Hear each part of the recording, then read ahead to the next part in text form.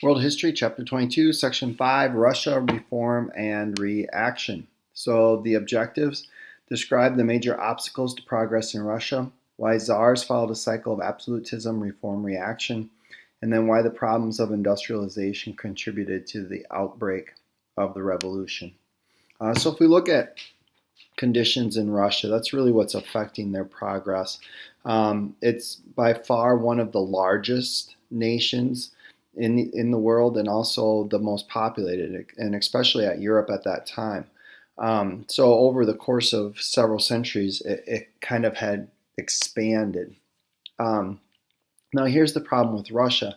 It definitely looks like a colossus, a giant, and it is when you look at the number of people that it has, the size of its land, or the amount of land that it has, and then its resources.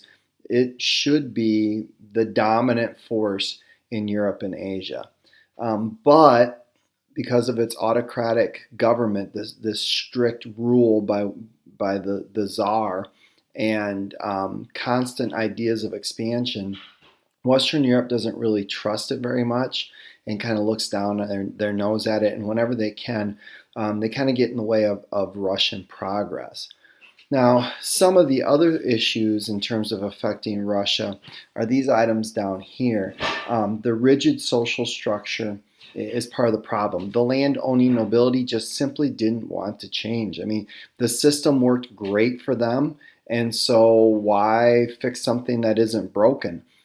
Here's the problem. The land-owning nobility, they're a very small percentage of the population. So when you look at a situation where only a handful of people benefit and the vast majority of people don't, you're going to have a problem. And most Russians were serfs, and not only there was no incentive to work hard, not let alone desire. And the other thing it does is it keeps the Russian economy backwards. It keeps the whole country backwards. The same problem that Rome ran into in the southern part of the United States. This dependence on slave labor prevents you from figuring out better and newer ways to do things, and the use of technology, and it just keeps you stuck where you're at. And so if we look at what's going to happen here, is you've got these absolute czars who have total control over everything. These events pop up that cause them to realize that they need to make changes. So they start to make changes, and then there's some kind of reaction either from the far left or the far right. And what that does is it causes czars to crack down and use their absolutism again. And then they sooner or later realize through some event that they need to fix problems. They start to fix problems, and again have an overreaction from either the right or the left. And the whole process starts all over again.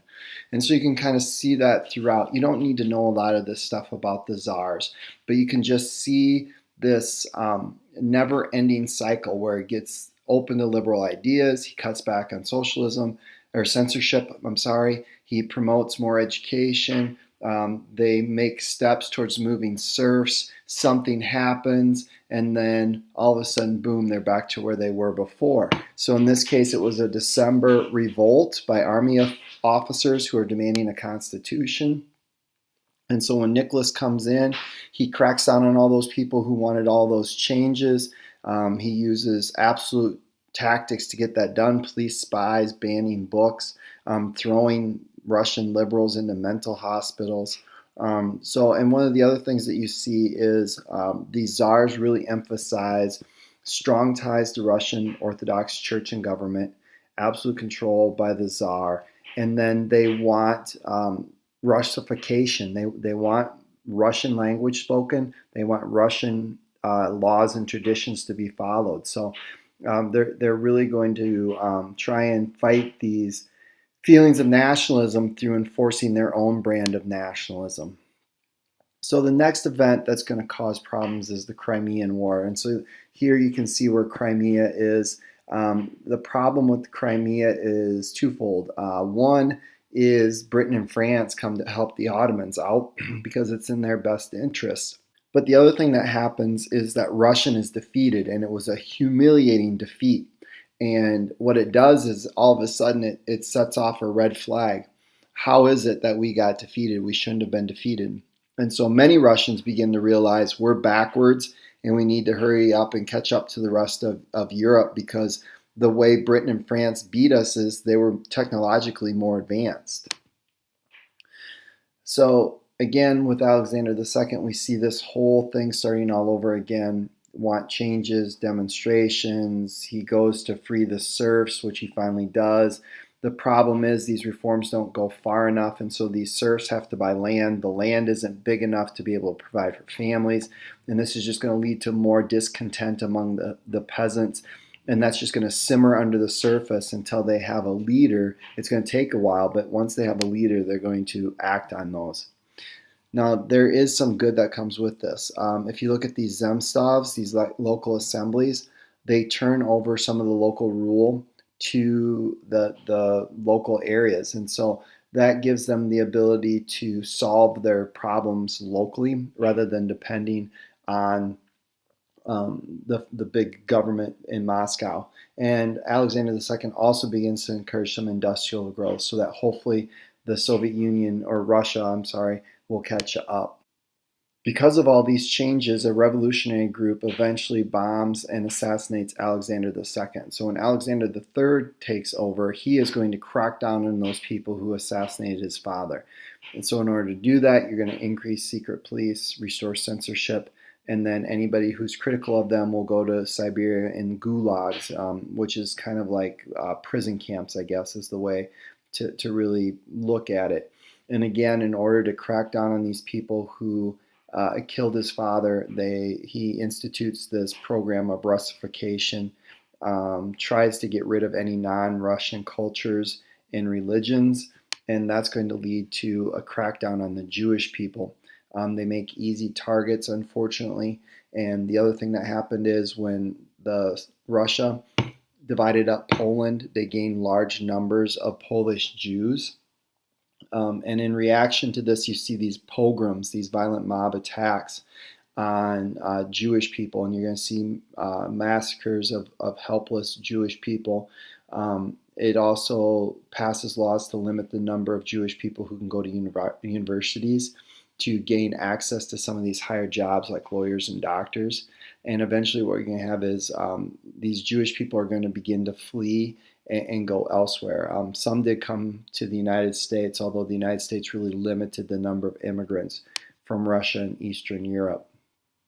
They're going to continue to try and build Russian industry. The problem is this is really slow going. They're 100 years behind the rest of the world.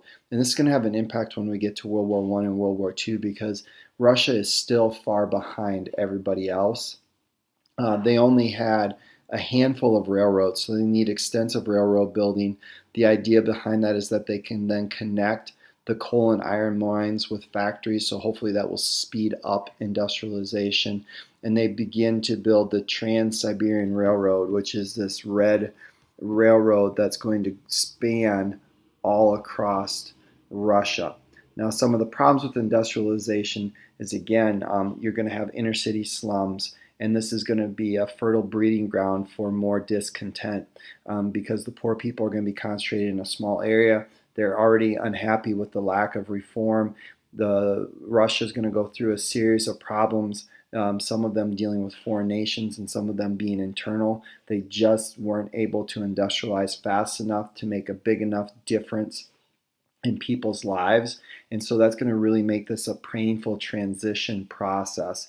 And so Vladimir Ulyanov is going to, this guy right here, Lenin, is sooner or later going to lead a successful revolt, but that isn't going to be until 1917. 1904, Russia and Japan are fighting over disputed territories. In an outcome that just literally shocks the world, Japan was able to defeat and humiliate the Russian Colossus. And for many Europeans and those experts in the United States, they just couldn't believe that it happened. There's no way an Asian people should have defeated a European people. And that goes back to the idea of social Darwinism and this theory on races. This just shouldn't have happened. And the other thing that comes out of this is this humiliating defeat. Had they been victorious, it maybe would have made people feel more proud of being Russian, but instead what the defeat does is it just throws salt into the open wound, and it's insult on top of injury. And so workers are going to begin to protest and ask for things, and you get a march led by a priest on the Czar's palace. And at this palace march, this peaceful march, many people are killed, and what that does is it causes the people in Russia to lose faith and trust in their czar. And so there's no more call for fatherland and czar. The Russian people are just so disenchanted with the way things go. And things are just going to continue to spiral out of control here. And you're going to get more and more people who are calling for more revolutions. In order to try and fix that, Nicholas ends up calling a Duma, which would be a national legislature. So it'd be like our Congress. He also grants some more freedom of speech and right to assembly. The problem is that this Duma tries to take too much control and too much power. And so in response, he names a new prime minister.